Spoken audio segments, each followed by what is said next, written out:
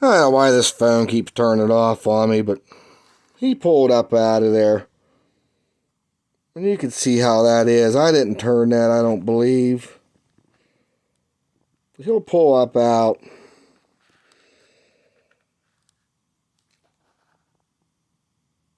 And you can see how these ones are turned this way.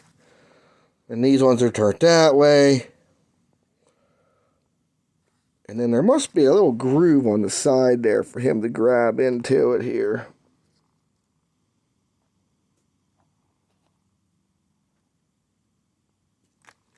But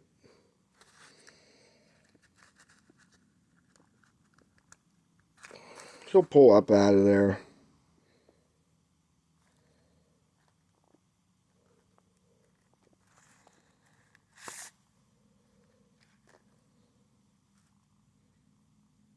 You can see them little notches on the side there. When they go in there. But worst case scenario, when I tore one of these things apart, this piece here fell out. And I think it was this one here that I broke. See how that one there's turned? They'll all turn around depending on how the wires are. Yeah. That made life difficult. Because they'll only go in a certain way. But this thing here is broke. But when this little piece here ain't broke, it locks them in there. Getting this sumbitch to go back on. Yeah. They're a pain. And then you gotta watch how this guy goes in. Because I think he'll go in either direction. So you get it all put back together. What the hell's on that paint? Don't know.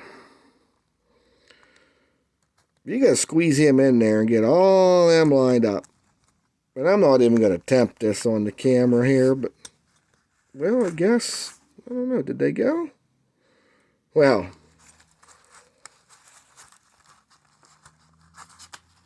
I'll be dipped.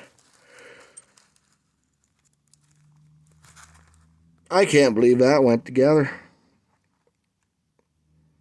Well, I'll chalk that one up. Maybe I'll go buy me a lottery ticket because I spent damn near half an hour, 45 minutes the other day trying to get one of them together. But you gotta make sure your grooves. It seemed to like how that's got these little ridges up here. It's kind of flat down here. See these notches? That's going to want to face up. Ask me how I know. I spent like another hour trying to get one of these to plug into the transmission controller, something. And I had it upside down. Well, that one went together because I didn't take this little red gidgee out. But when you're wrestling around and them wires are turning and you're trying to drill that little hole out in the back, so you can see them squares. Right there's what I was saying. See them squares. This is where I took wires from. You can see where I didn't. You got to break that little square piece of plastic out of there. I think I just used a little dinky drill bit or something and it pulled that out. But that rubber membrane is in there. And it'll seal the wire. And I believe when I pulled these pins that I pulled from the front out. And put a little bit of spit on this wire. It'll help it slide through that seal. Like I said, when you're wrestling with these will all twist around. And try to take a picture of how they went, because they've all got to come through the right holes. And then you got to double check they all come through the right holes. And then back to that wiring thing, schematic, and I was saying about holding it in your hand, looking into the face of this plug. When you get this apart, these colors are going to match.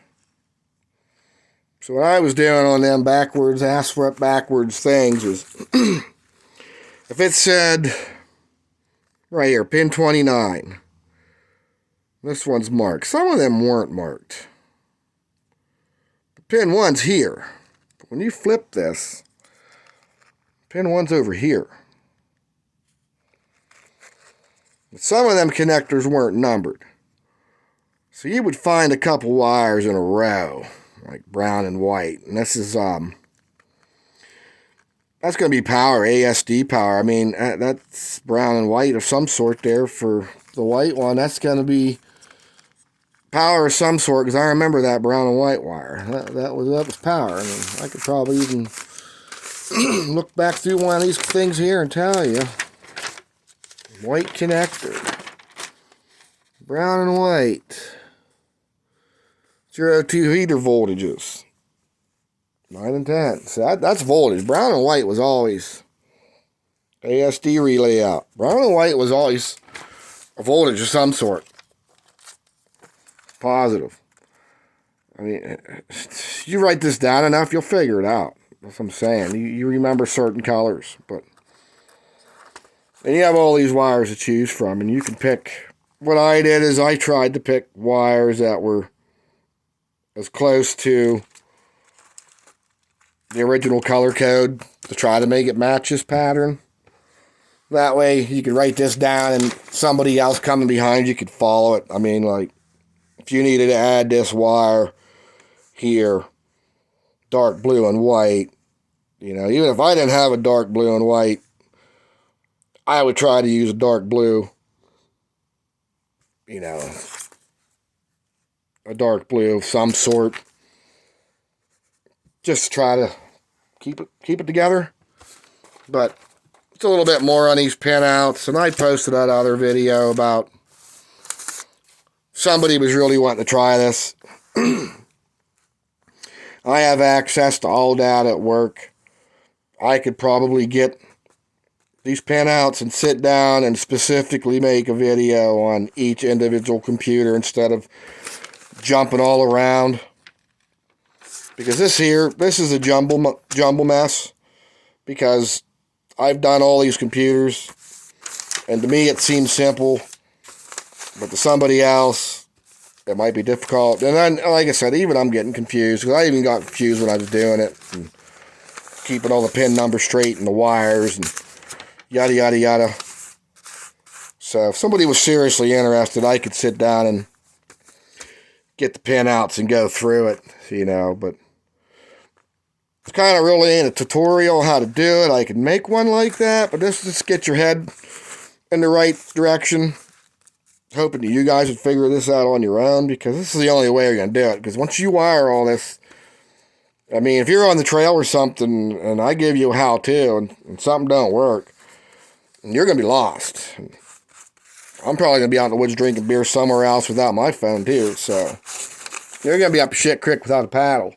So the more you write down and the more you keep this relevant, the easier it's going to be for you and somebody else to try to troubleshoot this. And that was the big part of keeping the wire colors the same, keeping these coils. I modified my harness to switch these pins around, so this was really coil 1. And how these logs are set up. If coil 1's in this bank, this is coil 1. So pin 1 here, right here. So pin 1 is coil 3. That is this coil. Right here, for sure. That's how it's wired. Pin 1, or coil, see, I'm getting confused right now telling you. Pin 3 is coil 1. This here is coil 1 group 2. This is why it gets confusing. I mean, I've explained this 20 times, and I'll keep continuously screwing it up. So, write everything down several times. Have someone else look over your notes, because that's my problem. I'm thinking I said stuff that I didn't, because it's already in my head, and I've already straightened this out, and draw pictures and notes, and just take it a step at a time. Figure out your coils first, then figure out your knock centers, then figure out battery thing, or what wires, or what pins, what do you want to work? What AC signal needs swapped? Because there's a couple of them, they jump connectors. I think that one AC signal switch went from the black to the C3 or C2 connector. Nothing as far as I know goes into this green one. This stays the same for the most part. But that vehicle's screwed around between these three connectors. So you might even have to take a wire out of here and move it over there. But it's one of the breakdown of how I took them connectors apart. Stuff like that. So, like I said, get some of them connectors and practice. Screw a bunch of them up. You'll have tons of wires of all different colors. And cut these as long as you possibly can. That way you have something to build off of. And you ain't got to butt splice 6 inches away from this. Then another butt splice. I mean, you're just adding trouble.